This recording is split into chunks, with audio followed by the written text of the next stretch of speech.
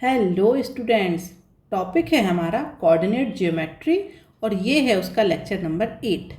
अगर आपने अब तक प्रीवियस का कोई भी लेक्चर नहीं पढ़ा है तो भी कोई बात नहीं, पूरा लेक्चर आपको यहाँ पर समझ में आने वाला है। और अगर आप प्रीवियस लेक्चर पढ़ना चाहते हैं तो आई बटन में लिंक मिल जाएगी और वीडियो के एंड में प्लेलिस्ट, तो वहाँ से जा कर के आप पुराने लेक्चर्स पढ़ सकते हैं। तो चलिए स्टार्ट करते हैं क्वेश्चन नंबर 1 से। क्वेश्चन नंबर 1 में यहाँ पर हमें 4 वर्टाइसिस गिवन है और ये कहा गया है कि प्रूफ करना है कि ये वर्टाइसिस किसकी है, रेक्टेंगल की। तो चलिए यहाँ पर वर्टाइसिस की नेमिंग कर देते हैं। ये है हमारे पास A, B, C and D। तो A के कोऑर्डिनेट ले लिए मैंने -4, -1, B के कोऑर्डिनेट -2, -4, C के कोऑर्डिनेट 4, 0 और D के कोऑर्डिनेट 2 एंड 3। उसके बाद इनके बना दिए डायगोनल जो कि है हमारे पास AC और BD। ठीक है, अब अगर ये एक रेक्टेंगल है तो यहाँ पर कौन कौन सी कंडीशन सेटिस्फाई होगी। एक तो AB = CD, क्योंकि आमने सामने वाली जो साइड्स होती हैं वो क्या होती हैं, इक्वल होती हैं। दूसरी कंडीशन BC = AD।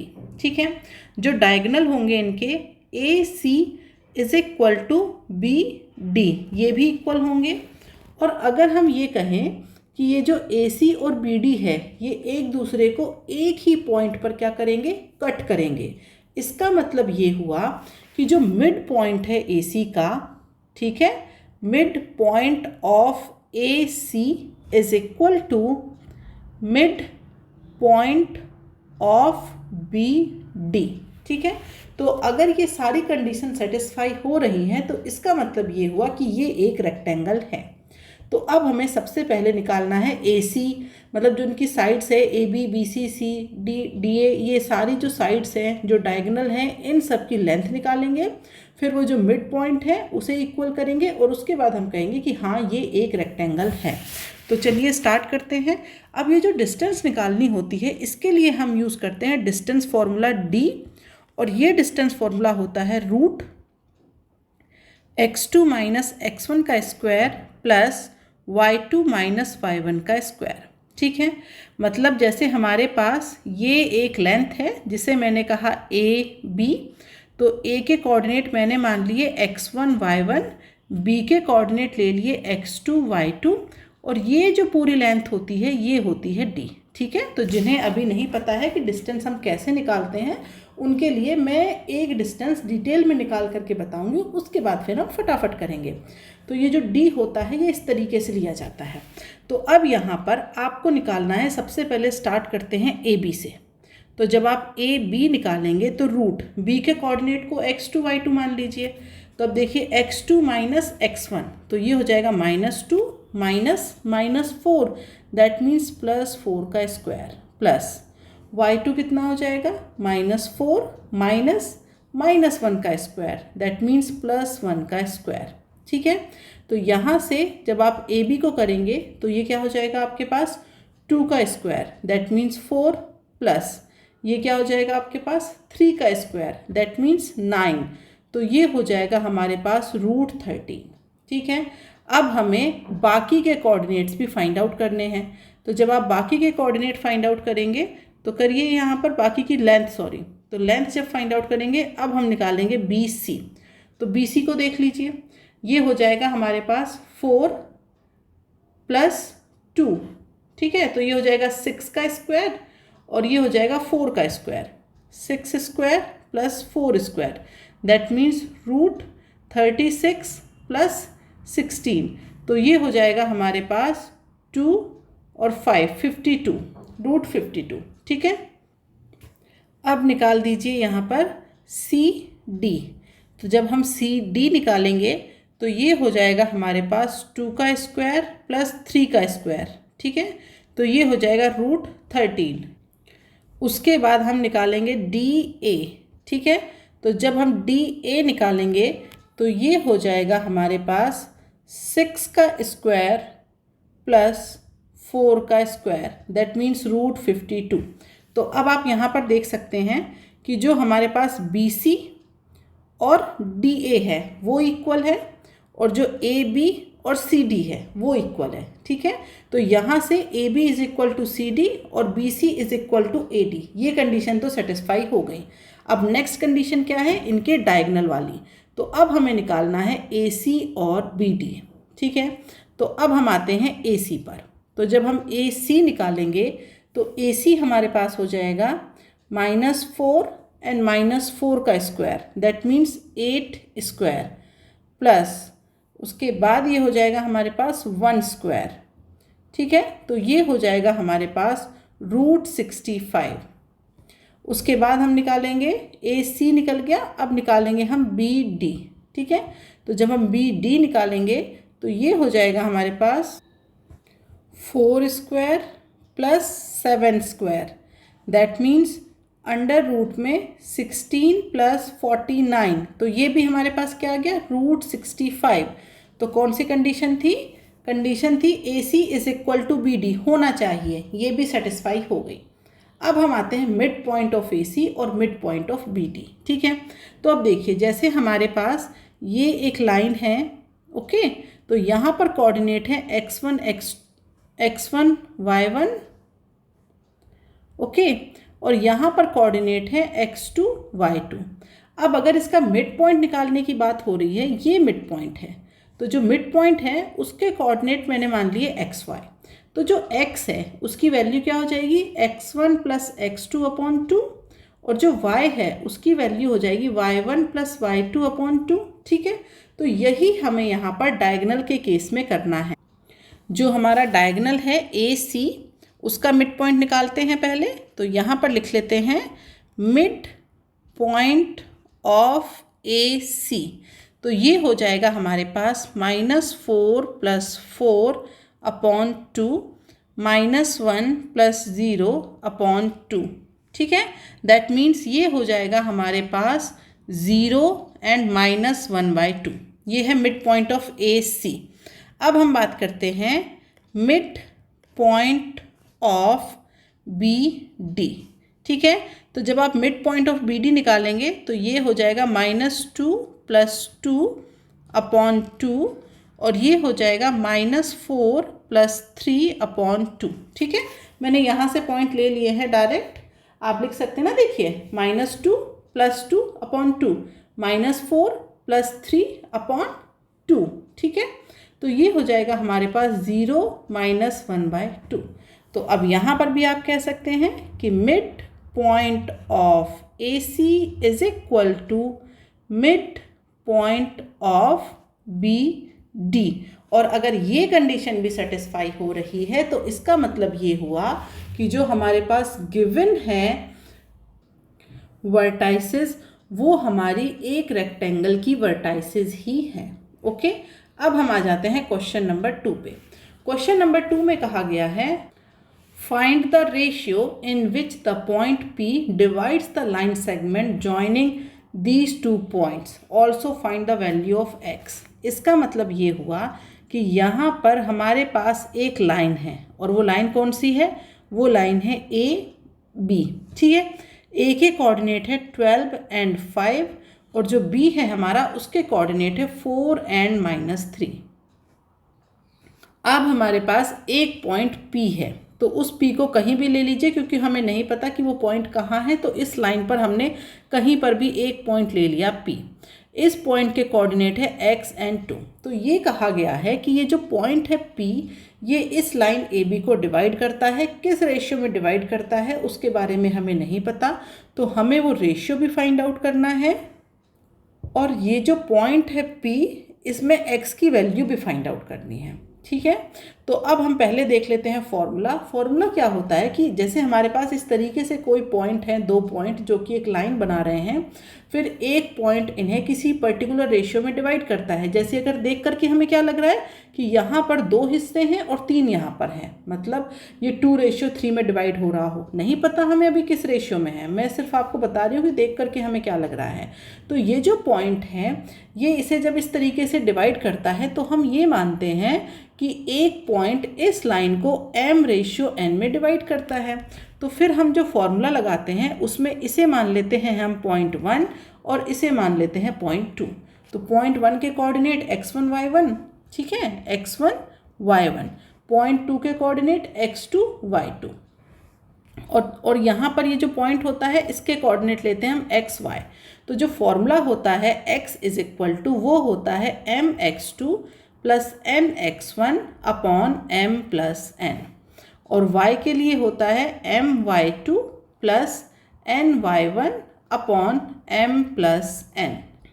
अब इस तरीके के जो क्वेश्चन होते हैं उनमें हम क्या करते हैं कि जब हमें m एंड n गिवन है, फॉर्मूले में वैल्यू पुट करनी है, p के कोऑर्डिनेट निकालना है, तब तो सब ठीक है। लेकिन जब हमें m और n गिवन नहीं होते हैं तो हम क्या करते हैं, हम मान लेते हैं कि let p divides ab into k ratio 1। हम यहाँ पर m रेशियो n ना मान करके कि k रेशियो 1 लेते हैं। ऐसा इसलिए लेते हैं क्योंकि अगर हम m n मान लेंगे तो हमारे पास दो अननोन क्वांटिटी हो जाएंगी और जिन्हें निकालना मुश्किल होता है, तो इसीलिए हम k रेशियो 1 ले लेते हैं। तो k की वैल्यू अगर हमारे पास ऐसे आ गई, k इज इक्वल टू 2/3 आया, तो रेशियो अपने आप 2/3 हो जाएगा। तो m की वैल्यू 2 हो जाएगी, n की वैल्यू 3 हो जाएगी। k की वैल्यू अगर 1 आ गई तो इसका मतलब क्या हुआ, रेशियो होगा 1:1, m भी 1 हो गया, n भी 1 हो गया, ठीक है। तो हम हमेशा इसे k रेशियो 1 लेंगे जब हमें रेशियो गिवन नहीं है। तो अब यहाँ पर फिर से लाइन ड्रॉ कर लेते हैं। तो ये हो गया a, ये हो गया b, और यहाँ पर है कहीं p, तो ये है k और ये है हमारे पास 1। तो ये जो k है ये वैल्यू है m की, और ये जो 1 है ये वैल्यू हो गई n की। a के कोऑर्डिनेट है 12, 5, और b के कोऑर्डिनेट है 4, -3, और p के कोऑर्डिनेट है हमारे पास x2, ठीक है। तो अब ये जो फॉर्मूला मैंने आपको बताया है, इस फॉर्मूले की हेल्प से हम क्या करेंगे, जो p के कोऑर्डिनेट है इन्हें निकालेंगे। तो देखिए जो p का कोऑर्डिनेट है, अगर मैं उसकी बात करूं, x इज इक्वल टू क्या हो जाएगा वो हमारे पास m, ठीक है, m x2। तो x2 कितना है हमारे पास, ये है 0.1 और ये है 0.2, तो ये हो जाएगा हमारे पास 4, प्लस उसके बाद हमारे पास क्या आता है n में आएगा हमारे पास x1 upon m plus n। अब यहाँ पर m और n की वैल्यू पुट करिए, तो ये हो जाएगा हमारे पास 4k plus 12 upon k plus 1, okay. और जब आप y निकालेंगे, अब डायरेक्टली वैल्यू पुट करती हूँ मैं, y के केस में क्या हो जाएगा, -3k plus 5 upon k plus 1। अब ये जो हमारा y है इसकी वैल्यू हमें गिवन है, ये देखिए x और 2 गिवन है ना, तो x की वैल्यू तो x है, लेकिन y की वैल्यू क्या गिवन है, 2। तो यहाँ से हमारे पास हो जाएगा -3k plus 5 is equal to, ये हो जाएगा हमारे पास 2k प्लस 2, ठीक है। तो आप इसे लिख सकते हैं -5k इज इक्वल टू -3। तो जो k है आपका उसकी वैल्यू आ जाएगी 3/5। तो अगर k की वैल्यू 3/5 है तो इसका मतलब ये हुआ कि आप क्या लिखते थे, k रेशियो 1, ठीक है। तो ये हो जाएगा हमारे पास 3:5। तो अब m की वैल्यू तो हो गई 3 और n की वैल्यू क्या हो गई 5। तो ये जो हमारा पॉइंट P है ये लाइन AB को 3:5 में क्या कर रहा है, डिवाइड कर रहा है।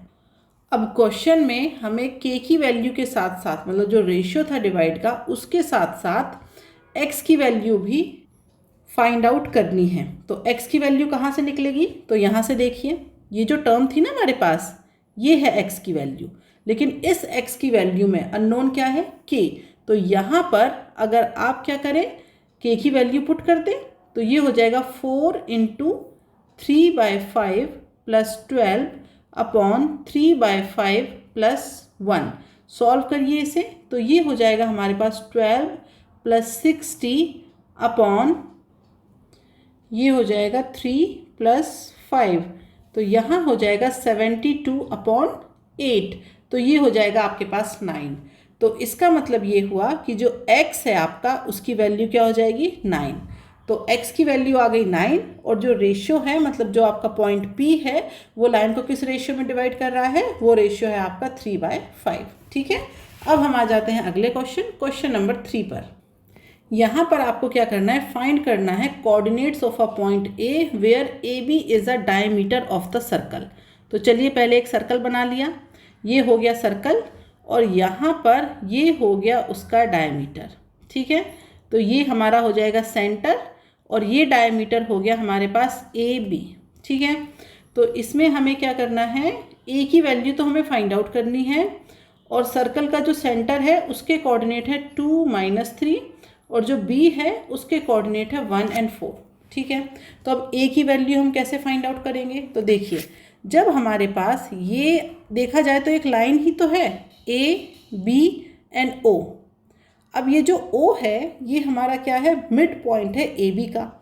तो अगर मैं आपसे कहूँ O के कोऑर्डिनेट बताइए, तो ये क्या हो जाएगा, x इज इक्वल टू, अगर ये पॉइंट 1 है ये पॉइंट 2 है, तो x1 + x2/2, और y हो जाएगा आपका y1 + y2/2। तो सेम यही चीज़ यहाँ पर लगनी है। तो x के यहाँ पर a के कोऑर्डिनेट को मैंने मान लिया xy। तो अब क्या हो जाएगा, 2 is equal to x + 1/2। That means ये हो जाएगा 4 इज इक्वल टू x + 1। तो आप यहाँ से कह सकते हैं कि x इज इक्वल टू 3। एक कोऑर्डिनेट तो ये आ गया। अब अगर बात करते हैं y की, तो ये हो जाएगा हमारे पास -3 इज इक्वल टू y + 4/2। तो -6 इज इक्वल टू y + 4। तो यहाँ से आप लिख सकते हैं y इज इक्वल टू -10। तो ये जो हमारे a के कोऑर्डिनेट हैं जो हमें फाइंड आउट करने थे, a के कोऑर्डिनेट ये आ जाएंगे आपके पास 3 और -10। ओके, अब हम आ जाते हैं क्वेश्चन नंबर 4 पर। क्वेश्चन नंबर 4 में 4 पॉइंट्स गिवन हैं और कहा गया है कि ये एक पैरेललोग्राम बनाते हैं। तो हमें यहाँ पर वैल्यू फाइंड आउट करनी है x और y की। तो चलिए पहले बना लेते हैं पैरेललोग्राम।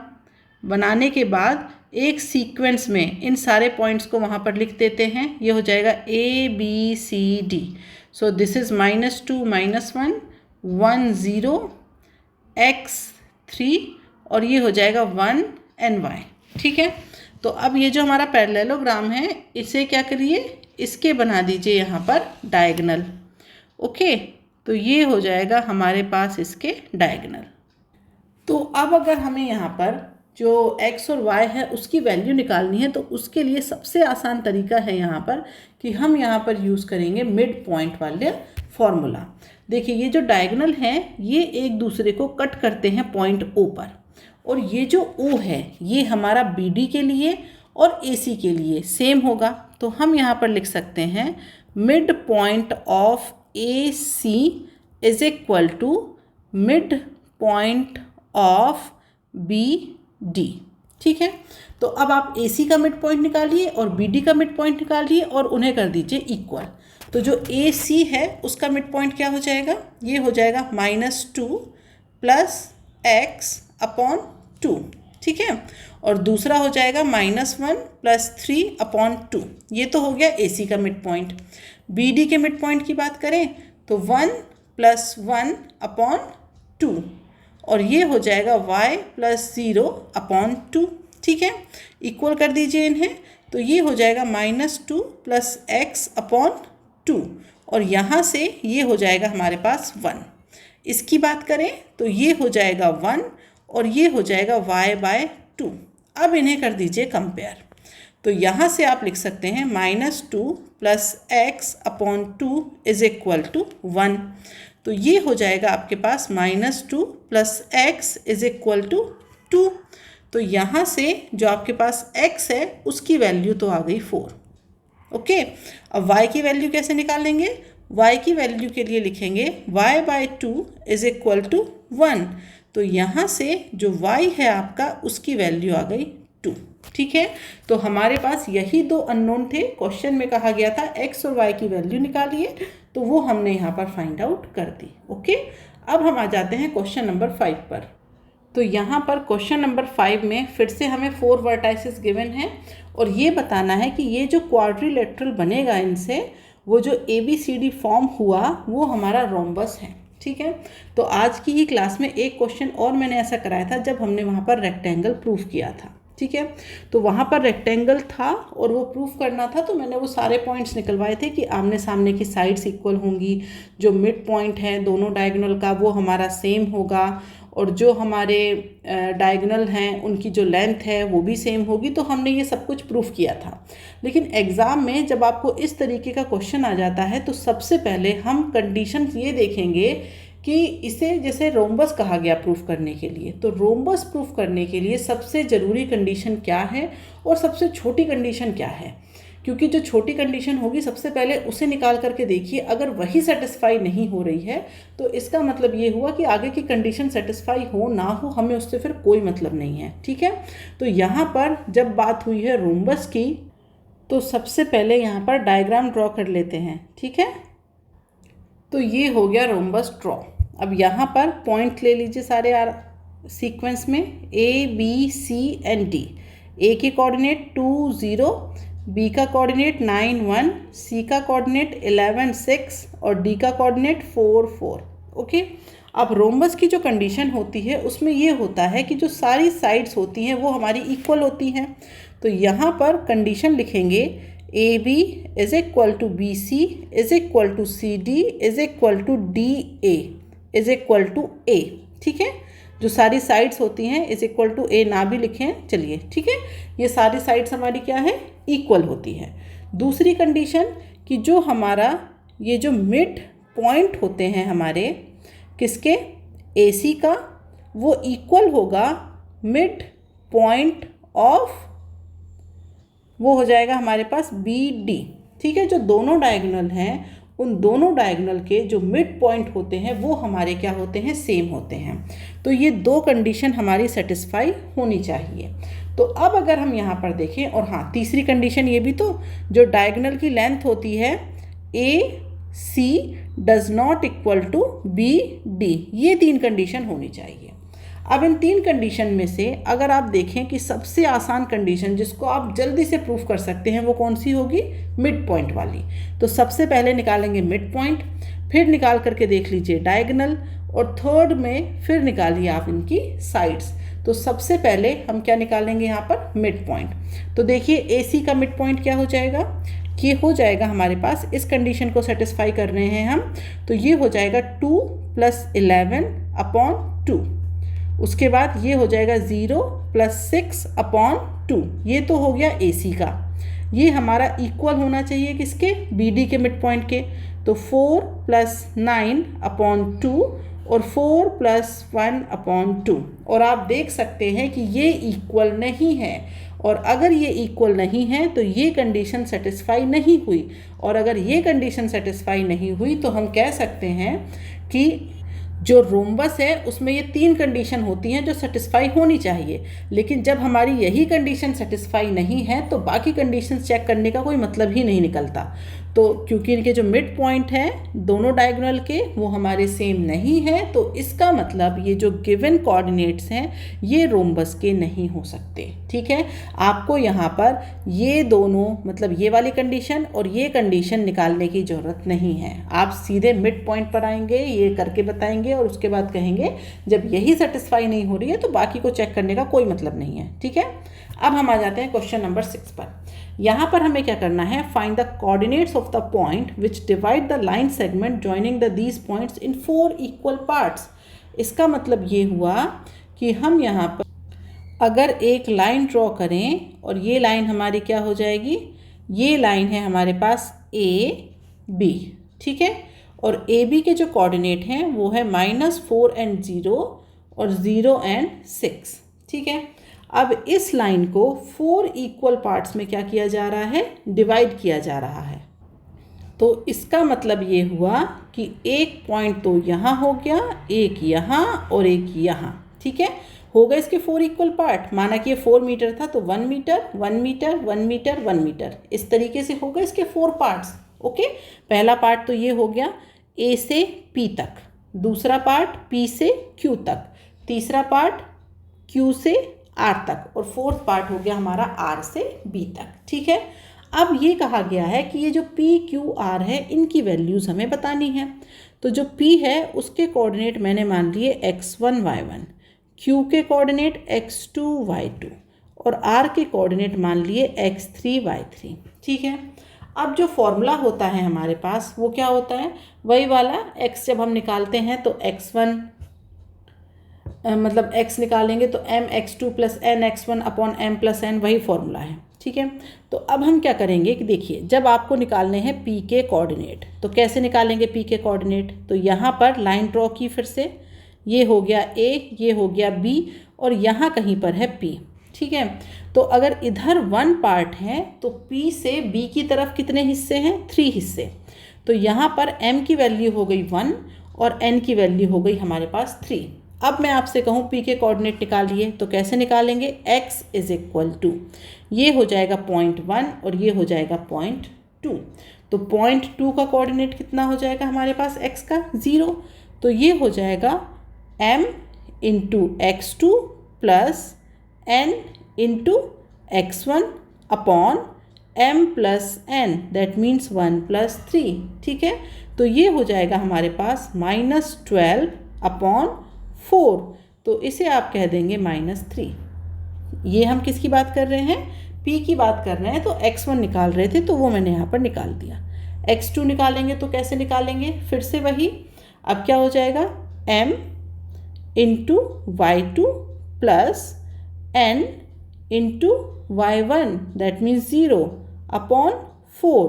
तो ये हो जाएगा हमारे पास 6 अपॉन 4, तो ये हो जाएगा 1.5। तो इसका मतलब ये हुआ कि जो आपका p है उसके कोऑर्डिनेट क्या हो जाएंगे, -3 एंड 1.5। तो p के कोऑर्डिनेट मैंने निकाल दिए।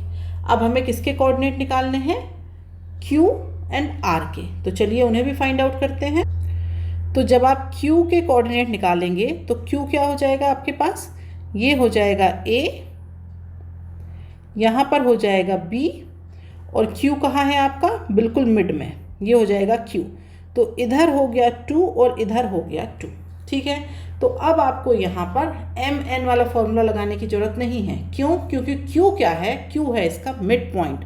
तो q के कोऑर्डिनेट हमने माने थे x2 y2, a के कोऑर्डिनेट हमारे पास कितने हैं, -4 एंड 0 और b के कोऑर्डिनेट है 0 एंड 6। तो देखिए जो आपका x2 है उसकी वैल्यू क्या आ जाएगी, x2 की वैल्यू आ जाएगी हमारे पास -4 प्लस 0 अपॉन 2, दैट मीन्स -2। जो y2 है हमारे पास उसकी वैल्यू आ जाएगी 6 प्लस 0 अपॉन 2, दैट मीन्स 3। तो इसका मतलब ये हुआ कि जो q है आपका उसके कोऑर्डिनेट हो गए -2 एंड 3। ठीक है, अब एक और पॉइंट बचा लास्ट वाला, p q r। r क्या हो जाएगा हमारे पास, फिर से वही लाइन ड्रॉ करिए, a b। ठीक है, तो यहाँ पर है हमारे पास r को क्या माना था मैंने, x3 y3। अब इधर हो जाएंगे 3 पार्ट, इधर 1, तो ये वैल्यू हो गई m की, ये वैल्यू हो गई n की। ये है -4 एंड 0 और ये है आपके पास 0 एंड 6। तो निकाल लेते हैं यहाँ पर x3 कितना हो जाएगा, m x2, that means 3 into 0 plus यहाँ पर हो जाएगा 1 इंटू -4 अपॉन 4। तो ये हो जाएगा आपके पास -4 अपॉन 4, दैट मीन्स -1। अब निकालते हैं y3, तो ये हो जाएगा 6 इंटू 3 प्लस 0 इंटू 1 अपॉन 4। तो ये हो जाएगा हमारे पास 18 अपॉन 4। तो 18 अपॉन 4 इसे हम लिख सकते हैं 4.5। तो इसका मतलब ये हुआ कि जो आपके पास r है उसके कोऑर्डिनेट क्या हो जाएंगे, -1 एंड 4.5। ठीक है, तो ये क्वेश्चन समझ आया होगा आपको कि एक लाइन है 4 इक्वल पार्ट्स में डिवाइड हो गई है। तो जो वो पॉइंट्स हैं, ठीक है, यहाँ पर कितने पॉइंट्स बनेंगे, 3 पॉइंट्स बनेंगे। उन तीनों पॉइंट्स के कोऑर्डिनेट हमें फाइंड आउट करने थे, तो वो हमने फाइंड आउट कर दिए। अब हम आ जाते हैं आज के लास्ट क्वेश्चन पर। Show that the mid point of the line segment joining the these 2 point is also the mid point of the line segment joining these point. कुछ नहीं, क्वेश्चन सिर्फ बड़ा सा दिख रहा है, लेकिन करना क्या है, 2 लाइन का क्वेश्चन है। इसमें ये कहा गया है कि ये जो 2 लाइन्स हैं इनका जो मिड पॉइंट है वो इन दोनों लाइंस मतलब इन दोनों पॉइंट्स को जो ज्वाइन करते हैं ना तो उससे लाइन बनती है, उसका जो मिड पॉइंट होगा, दोनों के मिड पॉइंट सेम है।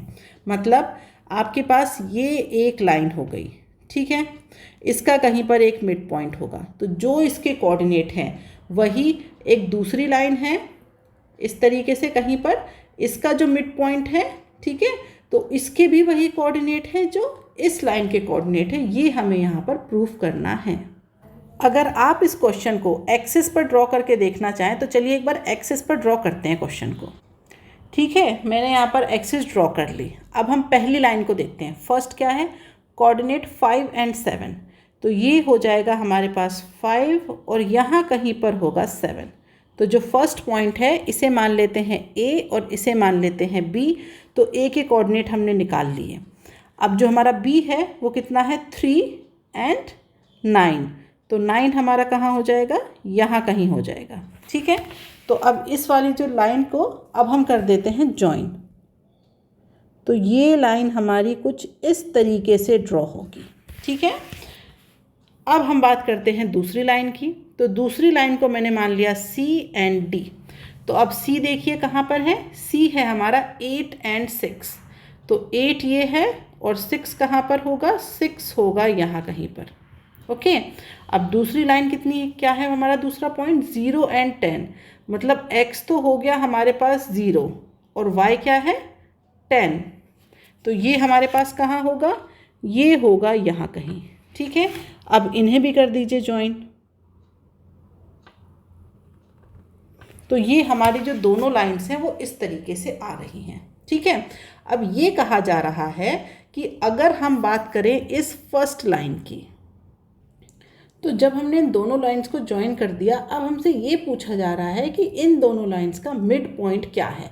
मतलब कहीं ना कहीं देखा जाए कि दोनों लाइंस में एक पॉइंट ऐसा है जो कॉमन है। क्यों, क्योंकि दोनों लाइंस का मिड पॉइंट है, तो वो दोनों ही लाइंस उस पॉइंट से होकर के गुजरेंगी। तो इसका मतलब जब ये दोनों ही लाइंस एक दूसरे को कट कर रही हैं, कहाँ पर कट कर रही हैं, ये ऑलमोस्ट यहाँ पर, तो ये पॉइंट आपको कितना दिख रहा है, ऑलमोस्ट 4 और 8, तो यहाँ कहीं पर इनका क्या होगा, इनका होगा मिड पॉइंट। तो चलिए निकाल लेते हैं। अगर हम बात करते हैं लाइन AB की, ठीक है, इन केस ऑफ AB, तो AB के केस में अगर हम मिड पॉइंट की बात करें तो क्या हो जाएगा, 5 + 3/2, 7 + 9/2, दैट मीन्स ये हो जाएगा 4 और 8। ओके, अब हम बात करते हैं CD की, तो इसका अगर हम मिड पॉइंट की बात करें तो ये कितना हो जाएगा, ये हो जाएगा 8 + 0/2, 6 + 10/2, दैट मीन्स 4 और 8। तो दोनों के ही जो मिड पॉइंट हैं वो हमारे क्या है, सेम हैं। तो जो हमारी फर्स्ट लाइन है, कौन सी लाइन, AB, ये है ना हमारे पास AB, ये कौन से पॉइंट से होकर के जाएगी, 4 और 8, क्योंकि ये पॉइंट उस लाइन पर है, उस लाइन का मिड पॉइंट है ये। जो दूसरी लाइन है वो क्या है, CD, ये है हमारे पास C और ये है हमारे पास D। ठीक है, इसमें A क्या था, 5 7 था, A नीचे था। ठीक है, 5 7। ओके, फिर से रब करके लिख देती हूँ, ये था हमारे पास A और ये था B।